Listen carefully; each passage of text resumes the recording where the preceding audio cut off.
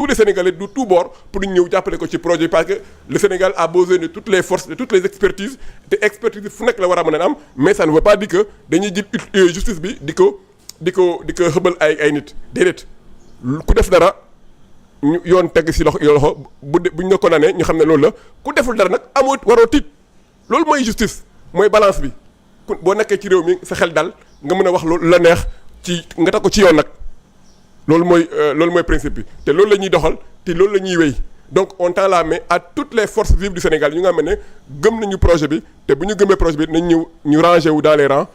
point barre comme tout le monde loolu moom je les accueille à bras ouverts comme le président Ousmane Sonko les accueille à bras ouverts mais ça n'enlève en rien que ku ci takku ci dara ëllëg bu la justice woowee war nga dem wuyu amul ministre la amul député la amul leneen la parce que la rupture la ñu woote te rupture boobu loolu la Sénégal di ñu xaar te loolu la ñuy nekk loolu gëm naa lu may wax ni te weddi gis bokk ci nañ dem rek parce que président Ousmane Sonko wax na ko ba ñëpp dégg ko la reddition des comptes est un principe fondamental aujourd'hui au Sénégal. ok mu bokk ci ay proposition de loi yoo xamante ni jàpp ngeen ni farata la bu ngeen duggee assemblée bii bu yàlla defee li gën ngeen am li ngeen bëgg. da ngeen ko fi nar a dindi muy la loi d'amnistie voté woon nañ ko fi.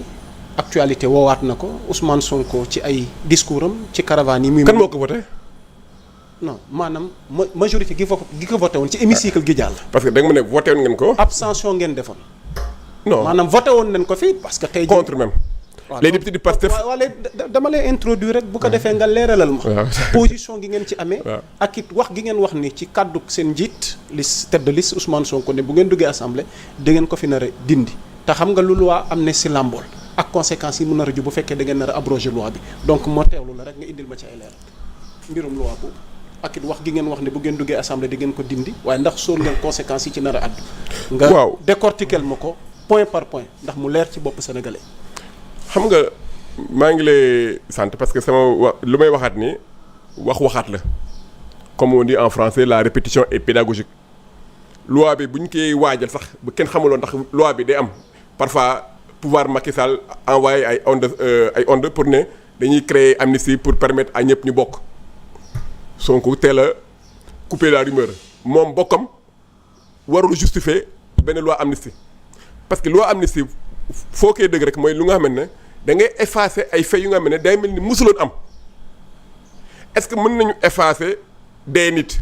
xale bu góor bu nekkoon Parcelles Assainies te mu jàpp drapeau ñu gis ay nit jël ko. rey ko à bout portant ñëpp di ci teg seen bët en direct est-ce que kooku mën nañu amnistier sa mort maanaam mel ni kooku musul dee. xel nangu ko de. est-ce que famille Didier Badji ak. Fulbert Sambou dinañu toog seen kër ñu ne leen dañuy amnistier les faits yu nga xam ne dañuy mel ni seen doom seen rak seen jëkkër seen parce que am na kenn ci ñoom sax jabaram sax daa mujjee gaañu France ba actuellement les enfants sont orphelins de père et de mère. yooyu est-ce que ñooñu naka la ñuy waxee doom yooyu que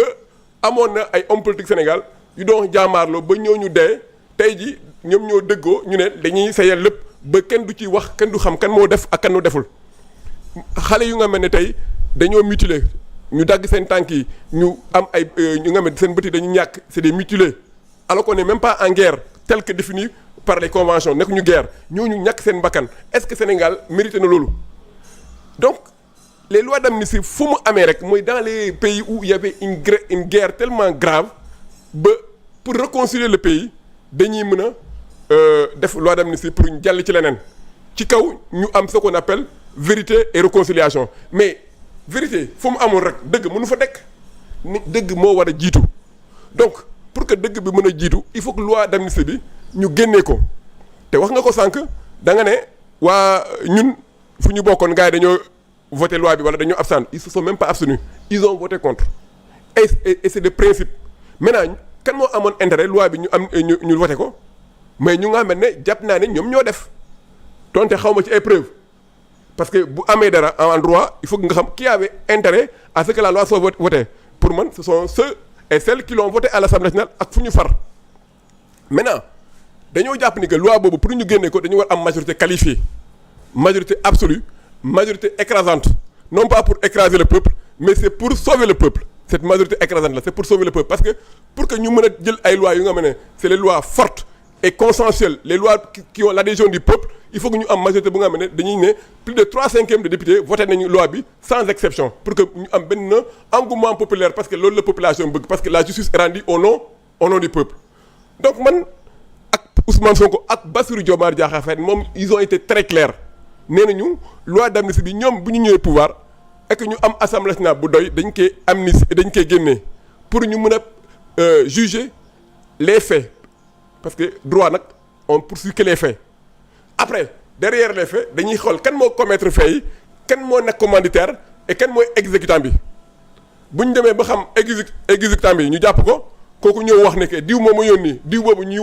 yónni ko ak ñooñu wax ñu lan mooy mobile bi ci ginnaaw lu tax ñu rey xale yi lu tax ñu tere nit ñi def seen manifestation alors que ils avaient le droit lu tax ñu barricader la maison de Ousmane Sonko pendant 55 jours pour que bu ñu demee ba ñu condamné leen bu fekkee ne condamnation am na parce que du ma ci anticiper je suis avocat bu ñu leen condamné bu boobaa le président de la République am na pouvoir bu nga xam ne moom la ko constitution may mooy bu ko neexee mu def grâce loolu pouvoir am la discrétionnaire et à la fin nu ko Macky Sall defee Karim benn conséquence. mais pour moi la conséquence c'est simplement dañuy nar a reprendre les choses au début. loolu laa bëgg nga expliquer. mais reprendre les choses au début. nu muy tey abrogation bi tey bu amoon masalan tey jii ni nga détaillé ma nu muy. mais on a un parquet indépendant on a un parquet qui est mis en place su fekkee ne aujourd'hui les familles des victimes sénégalais. qui ont Ousmane Sonko day delluwaat kaso. Bassirou Diomaye Diakhar Faye day delluwaat kaso. non le problème non man ni ma loolu déggee musul am ak nit ñi wax loolu musul moo tax tey loolu jii munul c'est am l'occasion pour ngeen leer. mais loolu képp ku ci bénéficier woon ba génn kaso. mais di nga delluwaat non déjà le cas de. la ca xewoon yëpp maanaam dafay mel ni comme si. non le cas de Ousmane Sonko le cas de Ousmane Sonko. le cas de Bassirou Diomaye Diakhar Faye. il faut que nga xool d'abord lu leen yóbbu kaso. kaso c'est une exception Ousmane Sonko ci lan lañ ko yóbbee kaso. ci lan lañ ko yóbbee kaso.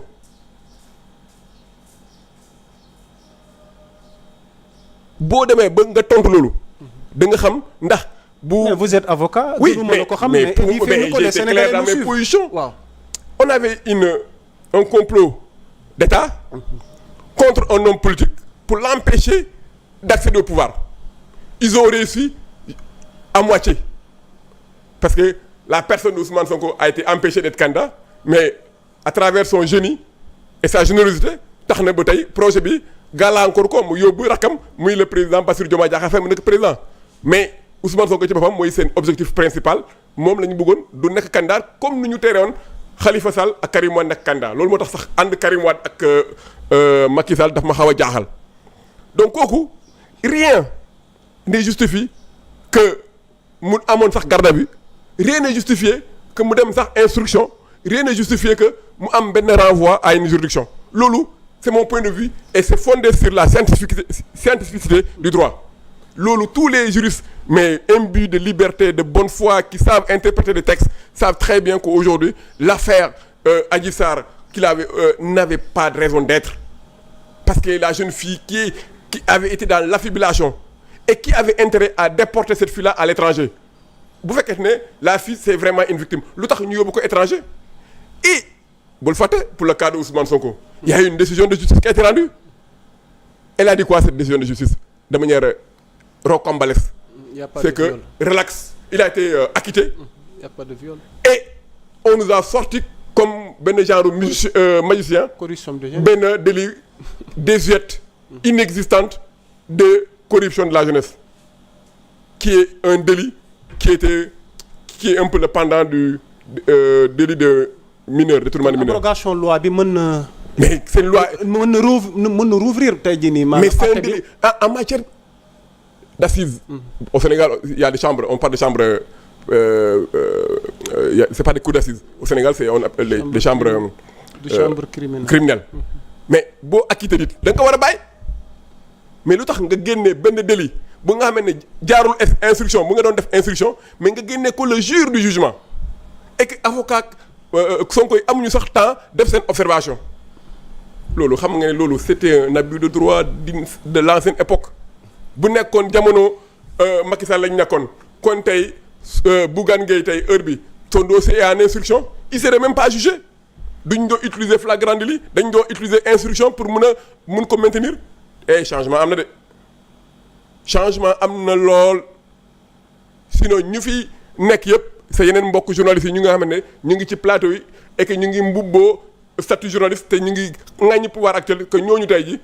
dañ doon nekk foofu en train de couper en prison bu ñu nekkoon temps Macky Sall bu ñu amoon taxawaay bi mais tey alhamdulilah la justice est indépendante boo amee délit en flagrant délit dañ lay atte immédiatement loolu la ñu defal Bougane loolu la ñu defaloon yeneen ñoo Yérim Seck ku deful dara aussi par rapport ak procédure bi dañ lay bàyyi moo tax ñoo Yérim Seck génn ak ñeneen donc vraiment nga yeggali ci loi donc loi bi tey jii nii buñ ko abrogé woon. mais c'est-à-dire que aujourd'hui par exemple je reviens sur le cas du président Bassirou Diomaye Faye mais comment il a été retrouvé en prison un post sur Facebook mais d'abord à imaginer même qu'on suppose que l'écrit est la caractéristique matérielle du délit le fait qu'il ait traité des magistrats sur un mot que je ne vais pas reprendre ici mais kooku bu fekkee ne sax délit am na mais c'est de la flagrance délit c'est du flagrant délit donc dañu ko war a juger immédiatement bu dee am na laa wax ñu dem jël ko def ko instruction mais loolu fu ñu ko tegee ci loolu donc lu xewoon sur les opposants de l'époque les tenants du pouvoir actuel c'était de l'abus te ñu ko defoon dañ toog ba xoolaat seen bopp xam ne lu ñu def ces personnes qui aiment le pays muy le premier ministre Ousmane Sonko muy le président Diomaye Faye muy Fadilou Keita muy tous ces gens-là ces jeunes martyrs ceux qui sont connus ceux qui ne sont pas connus ñoom ñu nekk ci croupir à la prison sama mbokk diaspora yi ñu bëri ñu tere leen aéroport mënatuñu ñëw parce que ku ñëw aéroport ñu teel a nga foog ne loolu yëpp dañ koy def à perte de profit pour simplement parce que on est arrivé au pouvoir et on doit oublier toutes ces personnes qui ont souffert dans le silence et certaines des familles souffrent jusqu'à présent. Comment le président Ousmane Sonko et Bassirou Diomaye Faye vont regarder les familles des victimes. Comment réorganiser tout ça? Mais si c'est simplement la loi est abrogée. Mais la loi sera abrogée. Parce qu'elle est abrogée. Mais maintenant. Mais ça par contre je ne suis pas de cela qui donne souvent des commentaires de décisions de justice sur le fond. On a un parquet. On a un ministre de la justice qui peut. Mais c'est simplement. Mais le procureur a ce qu'on appelle l'opportunité de poursuite. Mais bu dee loi bi am na. ba léegi mais procureur mënul ouvrir une enquête. Mais le jour où la loi est abrogée, le jour où le président de la République a procédé à la promulgation, mais le lendemain bu neexee le ministre bu neexee le parquet mu ouvrir une enquête tout de suite et convoquer toutes les personnes qui sont impliquées dans ce dossier-là parce que bu leen fàtte dossier boobu ba tey mu ngi ci cour internationale la CPI à travers l'avocat Yann Branco qui continue de mener le travail au niveau international parce qu'il y a certains délits qui ont non déggante ñu personnellement mais je suis que c'est un dossier qui continue et certains délits qui peuvent être interprétés comme des crimes contre l'humanité sont imprescriptibles donc quel que soit le moment bu nga xamante ne pare nañu mën nañu leen topp à tout moment c'est pour dire simplement que au Sénégal aujourd'hui la rupture est consommée mënatoo toog léegi parce que yàlla dénk na la nguur nga mën a ci utiliser pour protéger ce peuple nga koy utiliser contre ce peuple loolu moo war a jeex donc loolu lañ ko sant yàlla donc ñu ngi ñaan sénégalais bu ngeen bëggee réew mi jub comme ni ñu ko waxee jubanti nañu jox majorité absolue ñu permettre suñu députés yi ñu mettre en place des bonnes lois et que ñu sant suñu parquet bi donte le parquet est une partie mu def liggéeyam pour ñu mën a topp et situer les responsabilités ku def yoon teg ci loxo ku deful nag yoon bàyyi la et puis la vie continue et que ñu créer ce qu'on appelle la confiance entre le citoyen et la justice parce que confiance bu amulee entre citoyen ak justice chaque fois que décision est rendue rek nit ñi day am ñu koy ŋaññi te loolu baaxul ci réew mu dal voilà parce que le juge est garant des libertés individuelles voilà quel que soit lu ñuy bëggee toppee nit dañu war a toujours am à l'esprit que le juge protège l'individu te loolu la ñu koy sant mais dans le respect des règles roi te yow xam nga ko le président de la République a convoqué les assises de la justice fii ci Sénégal toutes les réformes nécessaires pour toiletter nos textes que ce soit sur le plan pénal sur comment doit fonctionner la justice pour instaurer la confiance lépp pare na bu ñu paree rek bu ñu am assemblée nationale bu ñu installé di ngeen gis peut-être lu yàggul rek le garde des Sceaux va aller à l'assemblée nationale mais pour apporter des nouveaux projets de loi pour réformer nos justices et pour permettre aux Sénégalais d'avoir confiance encore une fois de plus à notre justice. Okay. Donc nañu sant yàlla sénégalais yi ñoo bëgg reddition des comptes ça passe par l'abrogation de la loi relative à l'amnistie. Ok ñu évoquons maintenant le cas de l'ex-chef de l'État Macky Sall débat jug na ci ndax dina ñibbisi ndax dinañ ko mën a traduire devant la haute cour de justice mu mel ni sortie am na du côté d'Ismaïla Madior Fall nekkoon fi ministre de la justice jàpp ni dafa am benn mbalaanu kiiraay goo xam ne dafay gunge le chef de l'État et que loolu ñuy wax naan maanaam war